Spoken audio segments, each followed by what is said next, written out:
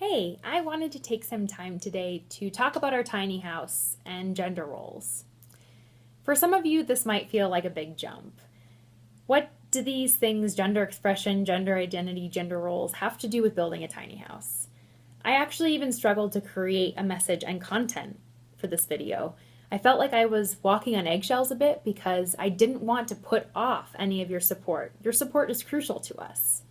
But then I was like, what's this voice? This voice that's self-silencing, that's not wanting for me to share my experiences. This feeling I've been having is actually my own internalized message of how I'm supposed to be presenting this information, these feelings, these experiences as a woman. I can't be angry. I can't be emotional.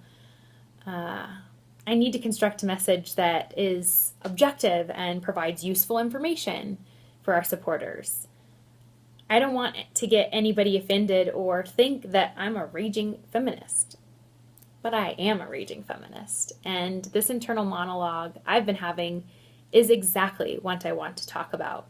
I want to share my experience as a female identifying person building a tiny home. Okay, so first let's bring it back. The intention of sharing this information with you and a big intention of our tiny house project is to share information and share resources and educate. So let's define two terms first. I found these definitions on the Human Rights Campaign's website. The first definition is for the term gender identity. One's innermost concept of self as male, female, a blend of both or neither, how individuals perceive themselves and what they call themselves. One's gender identity can be the same or different from their sex that's been assigned at birth. That's gender identity. The second definition is for the term gender expression. External appearance of one's gender identity, usually expressed through behavior, clothing, haircut, or voice, and which may or may not conform to socially defined behaviors and characteristics typically associated with being either masculine or feminine. That's gender expression. These ideas are not the same thing. For example, someone could internally identify themselves as male, though externally prefers a more neutral expression of gender. Okay, so what does any of this have to do with building a tiny house? My experience has been that our society creates constructs of gendered roles. Constructs meaning our ways of making meaning and understanding the world. So building a home from scratch has stereotypically fallen in the male-dominated arena. Construction, electrical and plumbing work, engineering, home repairs, all of these are industries dominated by males. In and of itself, that's okay. But here's the issue. What is not okay are the barriers and the roadblocks that exist for women or other genders, disabling them from being represented or having access to these fields. And I'll get to naming my own experience with roadblocks as a white, queer, able-bodied woman in a moment, but I'm going to go even further here. I'm going to say that the societal expectation around these fields about being tough fields, manly fields, physical fields, not only hurts other gendered humans, but it also hurts men. A profession in and of itself is a construct derived and made prominent by a subscription or an adherence to a capitalist economy. Therefore, it inherently can't be male, it can't be female, it can't be non-binary, it can't be any gender. Profession can't be any gender. But from a young age, our kiddos are fed images of Bob the Builder, Thomas the Tank Engine, and fairy princesses, which are generated by consumerism. If you want proof, and this is actually no marketing secret, head to your local one-stop shop and check out the toy sections. They're deliberately male and deliberately female. I don't see many trains, or any for that matter, building sets or super soakers hanging out in the female aisle. All this is to say that we are building expectations of what gender and professions should look like. Okay, so fast forward to being a 28-year-old cisgender female, meaning that I was born with female anatomy parts and I choose to express my female gender externally. So fast forward to now, when I walk into home improvement stores and am hit on before I can get my questions answered, and then quizzed repeatedly about the framing techniques, the math I use, roofing supplies, or drill length choices because of my gender expression, that is harmful to myself, and it's also harmful to the person enacting it. My take on it is that many men in our society are conditioned to believe that their worth is tied up in their ability to do things that women can't do. Maybe they received messages growing up about how to respond to women, meaning that they should protect them or take care of them or provide for them. The problem is when we see that women are actually capable of doing these things for themselves because they're autonomous human beings, often the immediate response is for men to feel displaced in their societal role.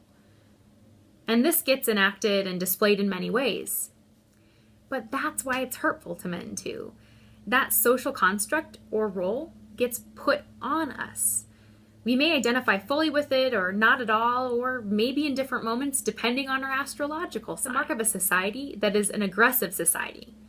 When we need to tell people who they should be, that's aggressive. Who they should love and what they need to look like, that's aggressive as well. When I have to endure the male-oriented marketing to simply buy a drill bit, that's problematic.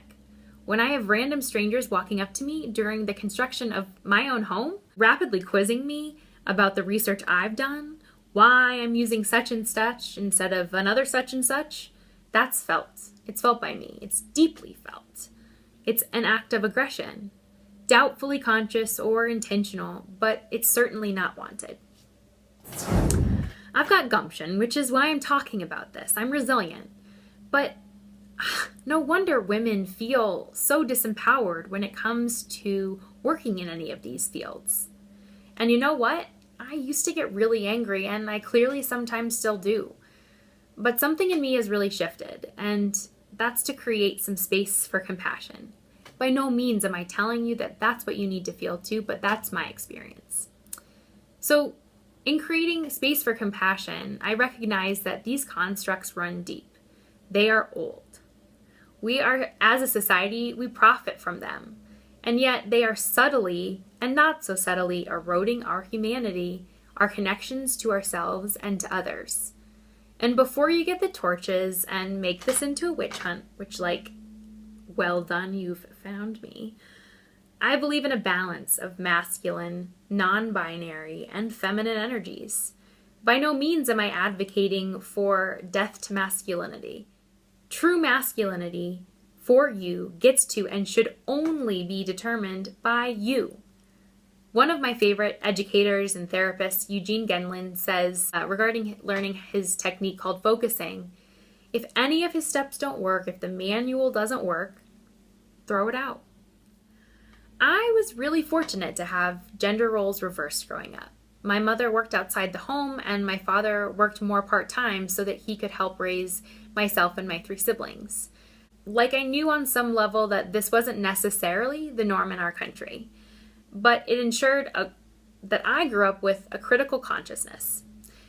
So I'm lucky, and many people, most of us actually, live out the patterns that are genetically, energetically, emotionally fused within our bloodlines. We do this in ways that we're not always conscious of. And this is not inherently unhealthy. However, I do believe that a lack of looking inward, an aggressive push of, it is what it is, or just accept it, or it's always been this way, that's hurtful. Why is it the way that it is? Does that fit for you? And trust me, I get it. I get that challenging our perceptions of ourselves, families, and the way we make meaning of our worlds is really painful and incredibly turbulent and terrifying. It's also a direct path to making our communities and families more stable, resilient, peaceful, and accepting. In working as a therapist and as a teacher, I really enjoy witnessing people's growth and healing journey. Again, it's not always easy for people to choose that path of growth, but exploring messages and meanings people have received from their families, their teachers, societies, about themselves can be really transformative work. We've all arrived at an intersection of beliefs about ourselves, and honestly, we are the only ones who can challenge what is truly of us. We've got to dig down deep to locate these boxes that society puts us in. and what we, in turn, remain in or even put ourselves in. Rumi wrote, "Don't be satisfied with stories, how things have gone with others. Unfold your own myth." For some, this might be easier to enact. I believe that intersections of privilege play into this quite a bit, which is why we need each other. We are all on our own journeys, but we belong to one another.